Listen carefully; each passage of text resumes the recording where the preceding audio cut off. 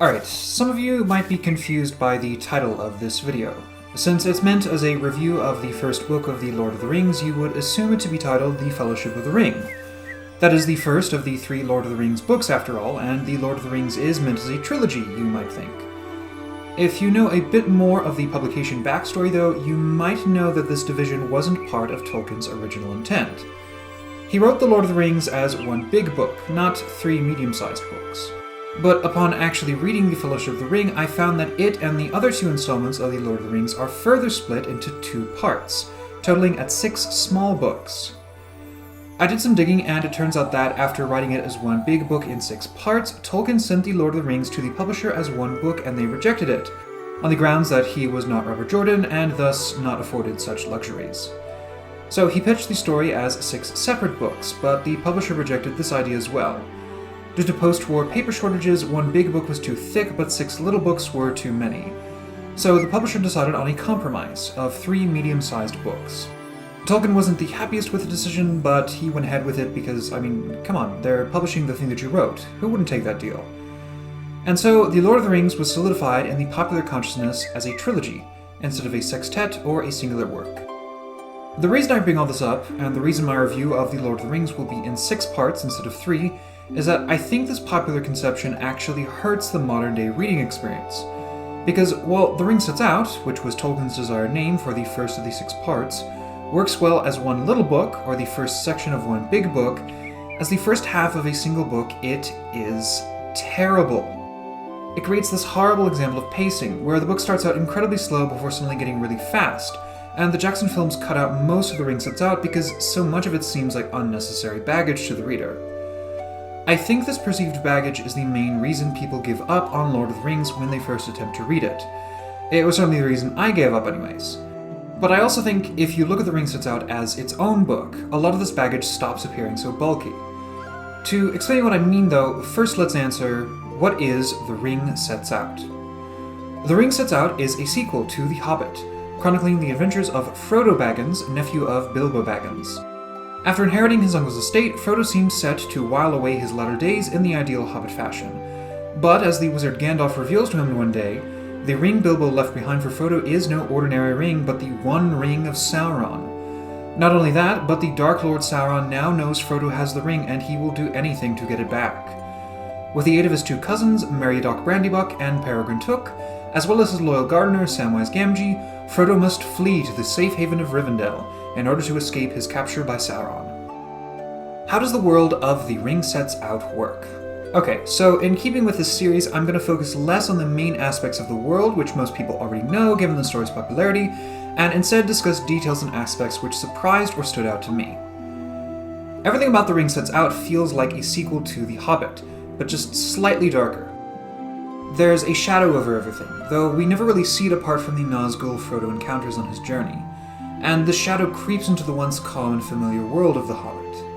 Frodo comes across places and people that Bilbo encountered on his adventure, but the context is more somber and melancholy, and it all gives off the sensation of something brewing but not yet doing anything more. Reading Tolkien with fresh eyes now, I can see why Ursula K. Le Guin held his prose up in such high regard. As someone who has read Lord Dunsany and Le Guin, The Lord of the Rings feels like the missing link between the 2. It's beautifully written, and even if the pacing is slow, the language is so beautiful that I don't mind.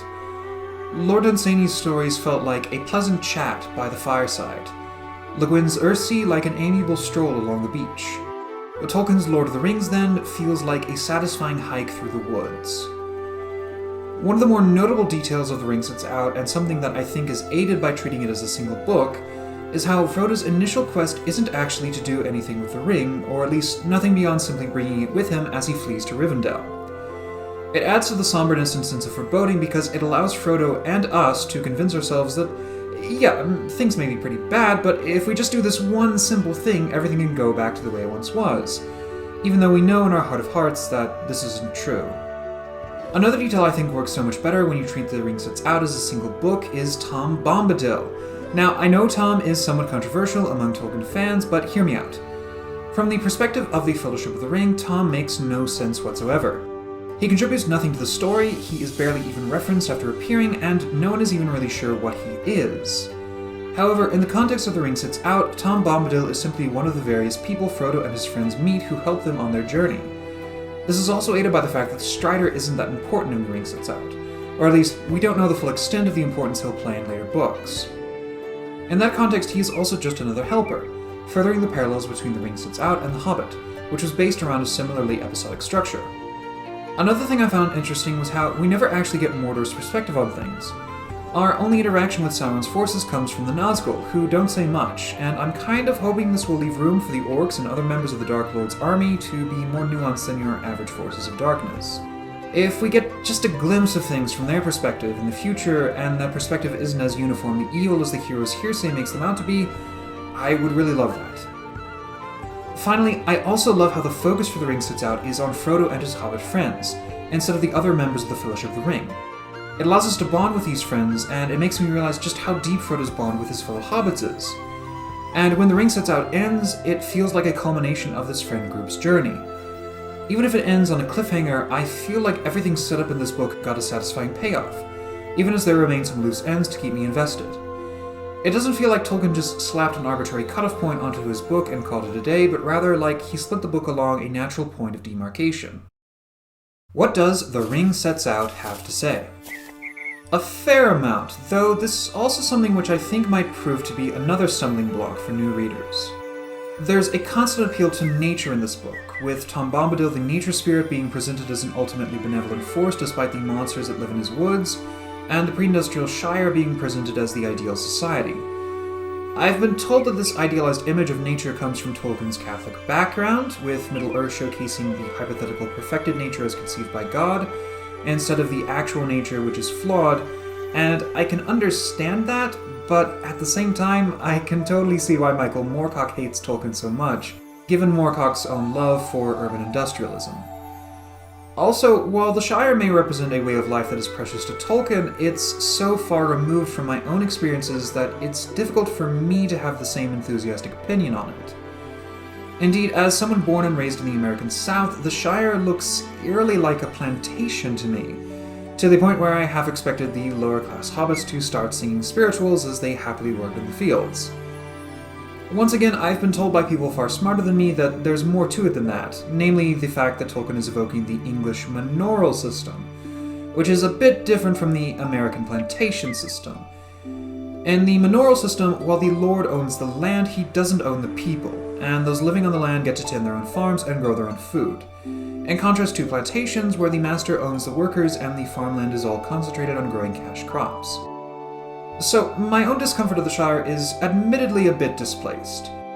Even so, it's still a very romanticized version of the manorial system, and many modern readers may be put off by just how servile Sam and the other low-class hobbits are.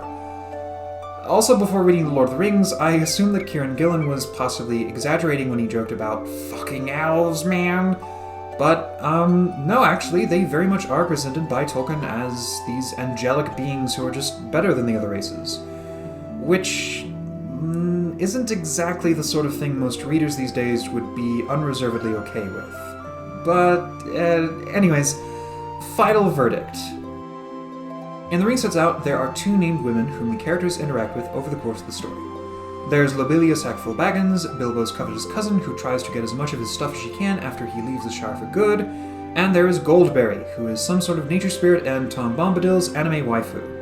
So that puts the count for this book at 2.